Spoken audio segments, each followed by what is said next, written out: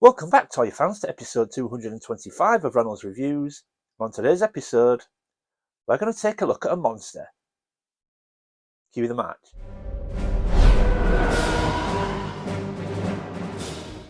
Welcome back, everyone. Now, like I said in the intro, today we are going to take a look at a monster. Now, back in the 80s and early 90s when we were growing up, there was various monsters when it came to toys. We had things like My Pet Monster, we had things like Monsters in My Pocket, but I'm talking about a different kind of monster today, but still very much one that we all grew up with in the 80s. Something that you may have been to a show to see, I know that I certainly did, and this particular monster's name you may well recognise. This is the legendary Bigfoot, one of the most awesome trucks ever built by man. Bigfoot goes anywhere, does anything. And now it's coming right at you, your very own Bigfoot. You add batteries, turn on the key, forward shift, reverse, four-wheel drive for power, two-wheel drive for speed, lights, action, the works. Go, Bigfoot, go. Bigfoot 4x4x4 from Playskool.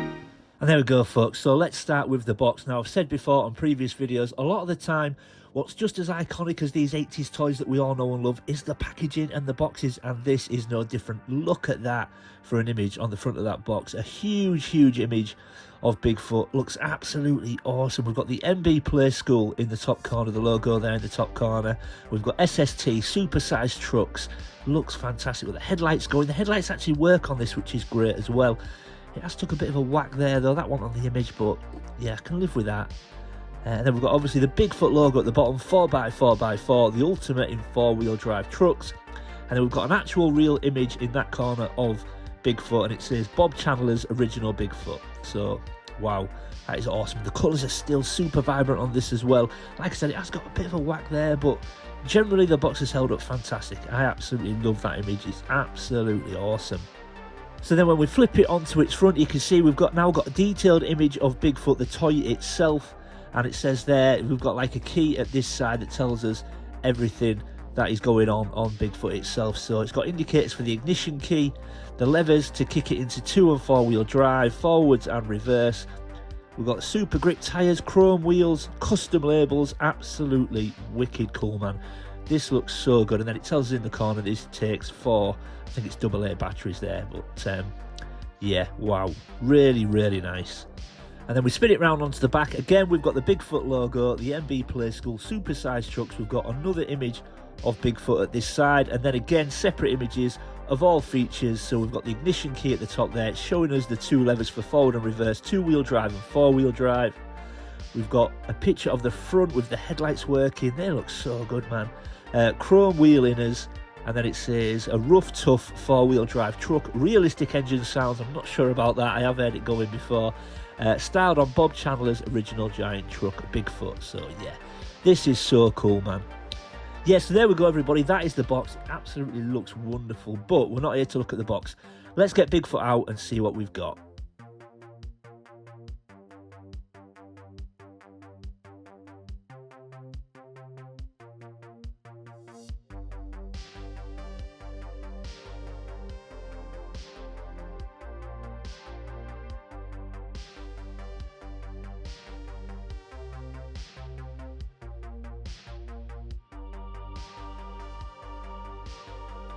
And there we go, folks. There is Bigfoot in all his glory. And look at him, man. He is absolutely awesome. Now, the one thing that struck me straight away, actually, when I took it out of the box, or when I saw the box itself, is I remember it being bigger. Now, it is quite a bit smaller than what I remember. Now, that might just be because I was younger and smaller myself, so it felt bigger to me. But one of the things that I thought immediately was, I remember it being bigger when I was a kid, but please don't let that take away from the fact that it just looks wicked cool. It feels good. You know, I've sort of picked it up. It feels nice and weighty. It feels really solid and sturdy. The decals have held up fantastic everywhere around the vehicle. On the bonnet, they're often rugged, but they look great.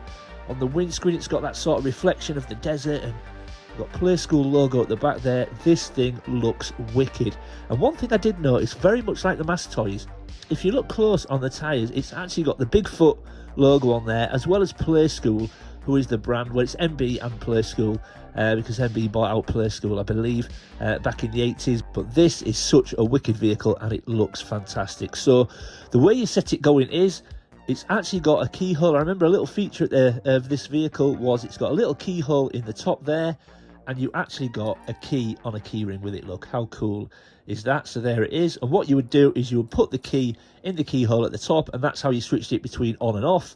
And then these two levers on the top there, so the yellow lever toggles it between four-wheel drive and two-wheel drive, and the red one toggles it between forwards and reverse. Now, over time, it's well known that these yellow levers for four-wheel drive and two-wheel drive can get a bit janky when you try and do it. Now, I've tried to turn that back and forth, and it feels pretty solid. I don't want to mess around with it because I don't want to break it. Now, it is in four-wheel drive mode already.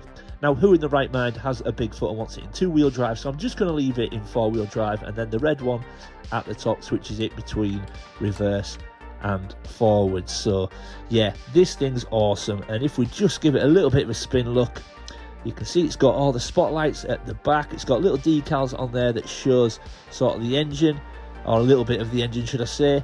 We've got a very, very cool front chromed section where the headlights are. Now, we've got actually twin headlights, and they work. Now, it's very difficult to get it to show on camera because they're not hugely bright, but they do work, which is so good. And this thing just looks wicked. It's so heavy and so sturdy as well.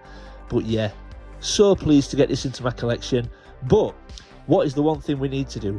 We need to get this demonstrated and see what it's like outside. So now, I've not actually tried this yet, so let me just get the key and switch it on. So that should be on now. So if I just lift it up and just turn this red lever forward, we should see the wheels go.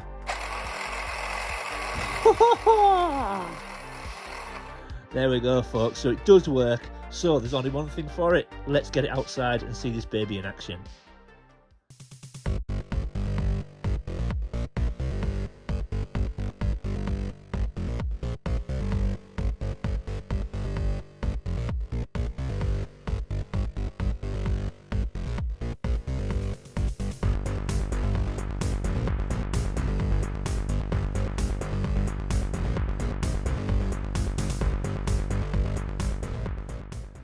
And there we have it, folks. I had an absolute blast taking it outside. Sorry there wasn't more footage of it in action. Not many places or appropriate places to take it where I am, but I hope you enjoyed watching that as much as I enjoyed getting outside and watching it go over all the terrain. It was absolutely awesome. I had a blast doing that. But yeah, there we go. But before I finish, I will tell you that I remember Bigfoot being on the shelf when I was a kid. I remember having this as a kid, but I also remember different versions of it. Now, it was the same truck, but MB also brought out different versions of this. So they had something called the Super Monster, which was a red version. It was basically the same vehicle but in red, and it was called Super Monster. They also had a black version which was called Black Gold, and they even had something which was a completely different vehicle called Orange Blossom. I don't remember that one, but they did have other versions as well. They were just three that I remember off the top of my head. But MB and Playskool were the only people to get in on the monster truck craze back in the 80s.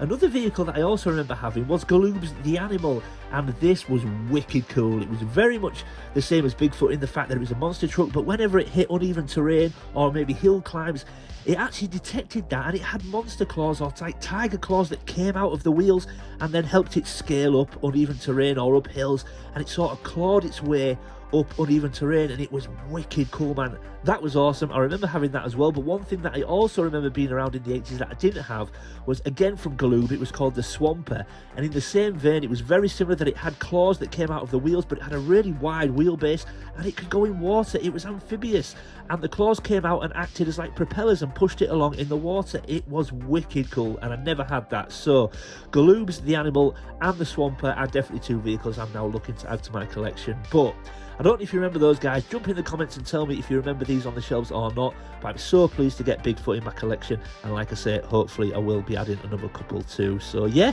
there you go, folks. I hope you enjoyed it. If you're new to the channel, thanks for stopping by and giving me a shot. I hope you'll consider leaving a like and subscribing. And if you're one of my existing viewers and existing subscribers, I say it every week, but I really do mean it, folks, when I say thanks for sticking with me. It really means a lot. Leave any comments or questions in the comment section below. I always try to read everyone's comments and get back to everybody. And as always, keep collecting. I'll see you next time.